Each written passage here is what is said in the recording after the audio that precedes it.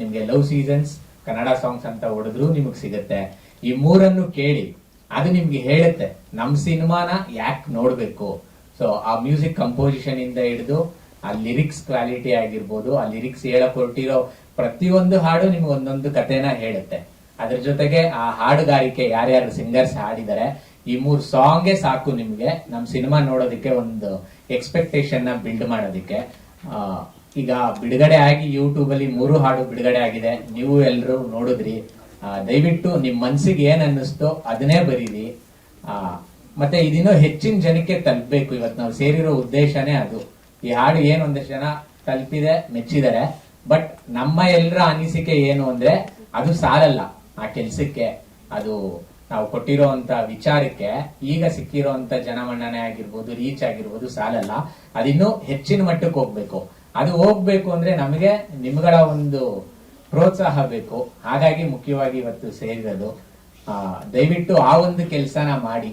ಈ 3 ಹಾಡುಗಳು ಎಷ್ಟು ರೀಚ್ ಆಗುತ್ತೋ ಜನ ನಮ್ ಸಿನಿಮಾ ಬಗ್ಗೆ ಖಂಡಿತ ಥಿಯೇಟರ್ ಒಳಗಡೆ ಬಂದ ಮೇಲೆ ನನಗ್ ಕಾನ್ಫಿಡೆನ್ಸ್ ಇದೆ, ಖಂಡಿತ ಜನ ಅವ್ರು ಕೊಟ್ಟಿರೋ ಹಣಕ್ಕಾಗಿರ್ಬೋದು, ಸಮಯಕ್ಕಾಗಿರ್ಬೋದು ಅವ್ರಿಗೆ ಅಸಮಾಧಾನ ಆಗಲ್ಲ ಅಂತ. ಬಟ್ ಬರೋದಿದೆಯಲ್ಲ ಅದು ತುಂಬಾ ಕಷ್ಟ. ಇವತ್ತು ನಾವು ಹೊಸಬ್ರಾಗಿ ಯಾರ ಸಪೋರ್ಟು ಇಲ್ದೇರ ಮಾಡೋದಿದೆಯಲ್ಲ, ಒಂದು ಪ್ರಮೋಷನ್ಸ್ ಆಗಿರ್ಬೋದು, ಅಂದ್ರೆ ಕೆಲವೊಂದ್ಸಲಿ ಕನ್ಫ್ಯೂಸ್ಡ್ ಆಗಿ ಹೋಗ್ತೀವಿ, ತಲುಪ್ತಿದ್ಯಾ ಇಲ್ವಾ, ಎಷ್ಟ್ರ ಮಟ್ಟಿಗೆ ತಲುಪಿದೆ, ಆಗ್ತಿದ್ಯಾ. ಬಟ್ ತೃಪ್ತಿ ಇದೆ ಮನ್ಸಿಗೆ ಮಾಡಿರೋ ಕೆಲ್ಸದ ಬಗ್ಗೆ.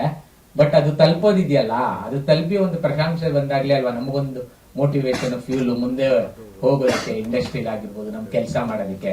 ಅದು ಆಗ್ತಿದ್ಯಾ ಇಲ್ವೋ ಅನ್ನೋ ಒಂದು ಕನ್ಫ್ಯೂಷನ್ ಸ್ಟೇಟ್ ಆಫ್ ಮೈಂಡ್ ಅಲ್ಲಿ ಇರೋ ತರ ಆಗ್ಬಿಟ್ಟಿದೆ. ಈಗ ಓವರ್ ಸೋಷಿಯಲ್ ಮೀಡಿಯಾಲಿ ಓವರ್ ಆಗಿ ಕಂಟೆಂಟ್ಸ್ ಎಕ್ಸೀಡ್ ಆಗ್ತಿದೆ. ಪ್ರತಿಯೊಂದು ಯೂಟ್ಯೂಬ್ ಚಾನಲ್ ಅಲ್ಲೂ 10-20 ವಿಡಿಯೋ ಪ್ರತಿ ದಿವಸ ರಿಲೀಸ್ ಆಗ್ತಿದೆ. ಸೊ ಇಷ್ಟ್ರ ಮಧ್ಯೆ ನಾವ್ ಎಷ್ಟು ಪ್ರಮೋಷನ್ ಮಾಡಿದ್ರು ಸಾರಲ್ಲ. ಹಂಗಂತ ಬೇಕಾಬಿಟ್ಟಿ ಮಾಡಕ್ಕಾಗಲ್ಲ. ಒಂದು ಸಿನಿಮಾ ಅಂತಂದಾಗ ಒಂದು ಬಜೆಟ್ ಇರುತ್ತೆ, ಆ ಒಂದು ಲಿಮಿಟೇಷನ್ಸ್ ಅಲ್ಲೇ ಮಾಡ್ಬೇಕಾಗತ್ತೆ. ನಮ್ಮ ನಿರ್ಮಾಪಕರು ಏನ್ ನಮಗ್ ಶಕ್ತಿ ಕೊಟ್ಟಿದ್ದಾರೆ, ಆ ಶಕ್ತಿಯನ್ನು ಮೀರಿ ನಾವು ಮಾಡ್ತಾ ಇದೀವಿ ಆಕ್ಚುಲಿ ಈ ಸಿನಿಮಾಗೆ. ಒಂದು ಪ್ರಮೋಷನ್ಸ್ ಆಗಿರ್ಬೋದು, ಸಾಂಗ್ ಆಗಿರ್ಬೋದು, ನೆಕ್ಸ್ಟ್ ರಿಲೀಸ್ ಪ್ರಮೋಷನ್ಸ್, ಅದರಲ್ಲಿ ಆ ಒಂದು ವಿಭಾಗದಲ್ಲಿ ನಮ್ಮ ಒಂದು ಪ್ರಯತ್ನ ನಾವು ಪಟ್ಟಿದೀವಿ. ಇನ್ನೇನಿದ್ರು ನಿಮ್ ಕಡೆಯಿಂದ ಒಂದು ಏನ್ ಪ್ರೋತ್ಸಾಹ ಕೊಡ್ಬೋದು, ಏನ್ ಪುಷ್ ಕೊಡ್ಬೋದು, ದಯವಿಟ್ಟು ಈ ಹಾಡುಗಳಿಗೆ ಕೊಡಿ. ಹಾಗೆ ಕೆ ಕಲ್ಯಾಣ್ ಸರ್ ಎಲ್ಲಾ ಹೇಳಿದಾರೆ, ಅವ್ರ ಬಗ್ಗೆ ನಾನೇನ್ ಹೇಳ್ಬೇಕಾಗಿಲ್ಲ. ಒಂದು ಹೆಮ್ಮೆ ಈ ಸಿನಿಮಾಲಿ ನಾನು ಅವರೊಟ್ಟಿಗೆ ವರ್ಕ್ ಮಾಡಿರೋದು. ವೀರ್ ಸಮರ್ಥ್ ಸರ್ ಆಗಿರ್ಬೋದು, ಆರ್ಟಿಸ್ಟ್ ಗಳಂತ ಬಂದ್ರೆ ರಾಜೇಶ್ ನಟರಂಗ ಸರ್, ಮಂಡ್ಯ ರಮೇಶ್ ಸರ್, ಇವ್ರನ್ನೆಲ್ಲ ಚಿಕ್ಕ ವಯಸ್ಸಿಂದ ನೋಡ್ಕೊಂಡ್ ಬಂದು ಅವರೊಟ್ಟಿಗೆ ಕೆಲಸ ಮಾಡೋದಿದೆಯಲ್ಲ, ನಿರ್ದೇಶಕನಾಗಿ ನಾನು ಗೆದ್ದಿದ್ದೀನಿ. ಇನ್ನೇನಿದ್ರು ನಿರ್ಮಾಪಕರನ್ನ ಗೆಲ್ಲಿಸ್ಬೇಕಷ್ಟೇ ನೀವು. ನನ್ನ ಸಿನಿಮಾ ನಾನು ನೋಡಿದಾಗ ಅವ್ರು ಅವತ್ತೇ ಒಂದೇ ಮಾತು ಹೇಳ್ಬಿಟ್ರು ನಿರ್ಮಾಪಕರು, ನಿರ್ದೇಶಕರೇ ನಮ್ ಸಂಸ್ಥೆಗೆ ಒಳ್ಳೆ ಸಿನಿಮಾ ಮಾಡ್ಕೊಟ್ಟಿದ್ದೀರಾ, ನನ್ ಮನ್ಸಿಗೆ ತೃಪ್ತಿ ಆಗಿದೆ ಅಂತ. ಅವತ್ತು ನಾನು ಗೆದ್ದೆ ನಿರ್ದೇಶಕನಾಗಿ. ಬಟ್ ಈಗ ನಿರ್ಮಾಪಕರಾಗಿ ಅವ್ರು ಗೆಲ್ಬೇಕು ಅಂದ್ರೆ, ಈಗ ಅವ್ರು ಏನ್ ಹೇಳ್ತಿದ್ದಾರೆ ನಿರ್ಮಾಪಕರ ಬಗ್ಗೆ ಎಲ್ಲರೂ ಪ್ರಶಂಸೆ ಕೊಡ್ತಿದ್ದಾರೆ. ಅವ್ರು ನೆಕ್ಸ್ಟ್ ಇನ್ನೊಂದು ಸಿನಿಮಾ ಮಾಡಬೇಕು ಅಂತಂದ್ರೆ ಅದಕ್ಕೆ ಮೀಡಿಯಾ ಪರ್ಸನ್ಸ್ ಆಗಿರ್ಬೋದು, ಪ್ರೇಕ್ಷಕರಾಗಿರ್ಬೋದು, ನಿಮ್ಮ ಒಂದು ಆಶೀರ್ವಾದ, ನಿಮ್ಮ ಒಂದು ಚಪ್ಪಾಳೆ ಬೇಕು. ದಯವಿಟ್ಟು ಅದನ್ನ ಕೊಡಿ ನಿರ್ಮಾಪಕರಿಗೆ. ಯಾಕಂದ್ರೆ ನಾನು ಹೇಳೋದು ಅದೇ, ಇಂಡಸ್ಟ್ರಿಯಲ್ಲಿ ನಿರ್ಮಾಪಕರು ಉಳಿದ್ರೇನೆ ಇವತ್ತು ನಾವೆಲ್ಲ ಇಲ್ಲಿ ಸೇರಿದೀವಿ ಅಂದ್ರೆ ಮುಖ್ಯವಾಗಿ ಕಾರಣ ನಿರ್ಮಾಪಕರು.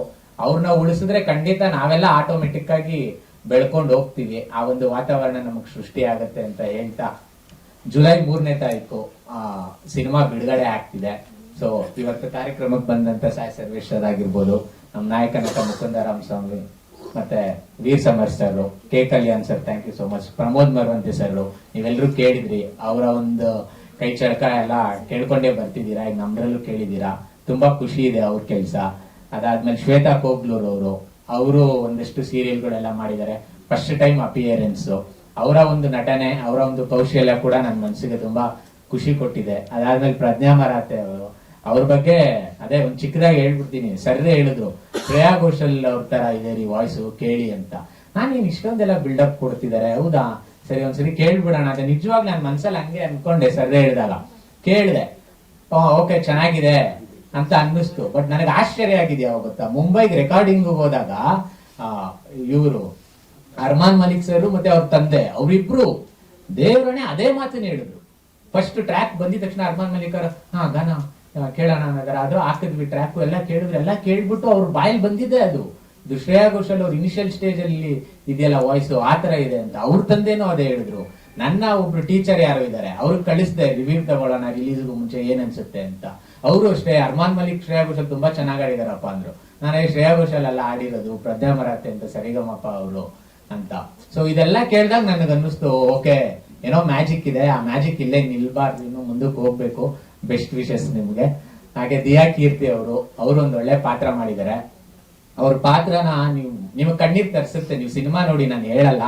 ಏನಕ್ಕಂದ್ರೆ ಆ 2 ಸಾಂಗ್ ಅಲ್ಲಿ ಕೊಟ್ಟಿರೋ ವೇರಿಯೇಷನ್ ಇದೆಯಲ್ಲ ನಿಮ್ಗೆ, ಮಳೆಯಾಗೋ ಮೊದಲೇ ಆಗಿರ್ಬೋದು, ಬಣ್ಣದ ಬದುಕಿದು ಆಗಿರ್ಬೋದು, ಅದರಲ್ಲೇ ನಿಮ್ಗೆ ಗೊತ್ತಾಗ್ಬಿಡುತ್ತೆ ಅವ್ರ ಪಾತ್ರ ಎಷ್ಟು ಗಟ್ಟಿಯಾಗಿದೆ, ಅದು ಸಿನಿಮಾಲಿ ಏನ್ ಹೇಳಕ್ ಹೊರಟಿದೆ ಅಂತ. ಅವ್ರು ಮಾಡಿರೋ ಒಂದು ಮೇರಿ ಕ್ಯಾರೆಕ್ಟರ್, ಅದು ನನ್ನ ಆತ್ಮ. ಅದು ನಾನು ಯಾವ ರೀತಿ ಯೋಚನೆ ಮಾಡ್ತೀನಿ, ನಾನು ಯಾವ ರೀತಿ ಸಮಾಜದಲ್ಲಿ ಈ ರೀತಿ ಇದ್ರೆ ಚೆನ್ನಾಗಿರುತ್ತೆ ಅಂತ ನಾನು ಅನ್ಕೊಂತೀನಿ, ಅದನ್ನ ಅವ್ರ ಪಾತ್ರದ ಮೂಲಕ ನಾನು ಹೇಳ್ಸಿದೀನಿ. ಹಾಗೆ ಕೊನೆಯದಾಗಿ ಕೆ ಕಲ್ಯಾಣ್ ಸರ್ ಅವರ ಪದಗಳ ಬಗ್ಗೆ ಹೇಳಲೇಬೇಕು. ನನ್ನ ಮೋಸ್ಟ್ ಫೇವ್ರೆಟ್ ಸಾಂಗ್ ನನ್ನ ಸಿನಿಮಾಲಿ ಸರ್ ಬಣ್ಣದ ಬದುಕಿದು ಹಾಡು. ಯಾಕಂದ್ರೆ ನಾನು ಒಂದ್ ಸ್ವಲ್ಪ ಫಿಲಾಸಫಿಕಲ್ ಪರ್ಸ್ಪೆಕ್ಟಿವ್ ಅಲ್ಲಿ ಜೀವನ ನೋಡೋದ್ರಿಂದ ನನಗೀಗ್ಲೂ ಎಷ್ಟೋ ಸರಿ ಕಣ್ಣಲ್ಲಿ ನೀರ್ ತರಿಸ್ಬಿಡುತ್ತೆ. ಎರಡನೇ ಚರಣ ಸರ್ ಹೇಳಿದ್ರು, ವರ್ಕ್ ಮಾಡಿದ್ರೆ ಇದೆ ತುಂಬಾ ಇದೆ ರೀ, ಪಲ್ಲವಿ ದುಡ್ದಿದೆ, ಚರಣ ದುಡ್ದಿದೆ, ಇನ್ನೊಂದ್ ಚರಣ ಬೇಕಾ ಅಂತ. ಇಲ್ಲ, ನನ್ನ ತಲೆಯಲ್ಲಿ ಒಂದು ವಿಷನ್ ಇತ್ತು, ಇಲ್ಲ ಸರ್ ಒಂದು ಬಿಟ್ಟು ಬರುತ್ತೆ, ಆ ಬಿಟ್ಟಿಗೆ ಇದು ಬೇಕೇ ಬೇಕು, ದಯವಿಟ್ಟು 2ನೇ ಚರಣ ಬರೆಯೋಣ ಅಂತ. ಅದಾದ್ಮೇಲೆ ಅವ್ರು ಒಂದೇ ಶಾರ್ಟ್ ಬರ್ಕೊಟ್ರು. ಅದು ನೀವೆಲ್ಲರೂ ಕೇಳಿದಿರ, ಇನ್ನೊಂದ್ಸರಿ ಕೇಳಿ. ನಾನು ಹಾಡೋದಕ್ಕೆ ಇಷ್ಟಪಡ್ತೀನಿ.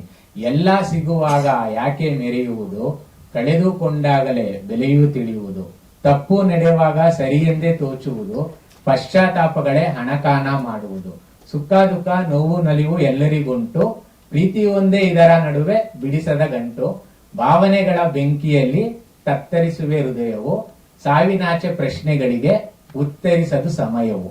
ಇದು ನಿಜವಾಗ್ಲೂ ನನಗೆ ಫುಲ್ ಮೈ ರೋಮಾಂಚನಗೊಳಿಸುತ್ತೆ sir. Thank you so much. ನನ್ನ ಜೀವನಕ್ಕೆ ಇಷ್ಟು ಸಾಕು. ಅವ್ರ ಜೊತೆ ಕೆಲಸ ಮಾಡಿದ್ದು, ಇದು ಮಾಡಿದ್ದು, ಮುಂದಿನ ದಿವಸಗಳಲ್ಲೂ ಮಾಡ್ತೀನಿ ಅಂತ ಹೇಳ್ತಾ, ದಯವಿಟ್ಟು 3ನೇ ತಾರೀಕು ಎಲ್ಲರೂ ಸಿನಿಮಾನ ನೋಡಿ. ಅದಕ್ಕಿಂತ ಮುಂಚೆ ಹಾಡುಗಳನ್ನ ನೋಡಿ, ಟೀಸರ್ ನೋಡಿ, ಟ್ರೈಲರ್ ಬರುತ್ತೆ ನೋಡಿ. ಖಂಡಿತ ನೀವು ನಮ್ಮ ಸಿನಿಮಾ ನೋಡ್ಬೇಕು ಅಂತ ನಿಮ್ಗೆ ಅನ್ಸುತ್ತೆ. ಹೊಸಬ್ರಿಗೆ ಪ್ರೋತ್ಸಾಹ ಕೊಡಿ ಅಂತ ಕೇಳ್ಕೊತಾ ನನ್ನ ಮಾತನ್ನು ಮುಗಿಸ್ತೀನಿ. ಧನ್ಯವಾದ. ಸ್ವಾದಿಷ್ಟತೆಯ ಸ್ವಾದ, ತಾಜಾತನದ ಆಹ್ಲಾದ, ಉತ್ತಮ ಆರೋಗ್ಯ ಮತ್ತು ಹೆಚ್ಚಿನ ರೋಗ ನಿರೋಧಕ ಶಕ್ತಿಯ ವೃದ್ಧಿಗೆ ಈಗ ನಿಮಗೆ ಸಿಗುತ್ತಿದೆ ಉತ್ತಮ ಗುಣಮಟ್ಟದ ಪೌಷ್ಟಿಕಾಂಶ. Shri Vaidik millet health mix. ಇದು ಸಿರಿಧಾನ್ಯಗಳ ಸಂಪತ್ತು.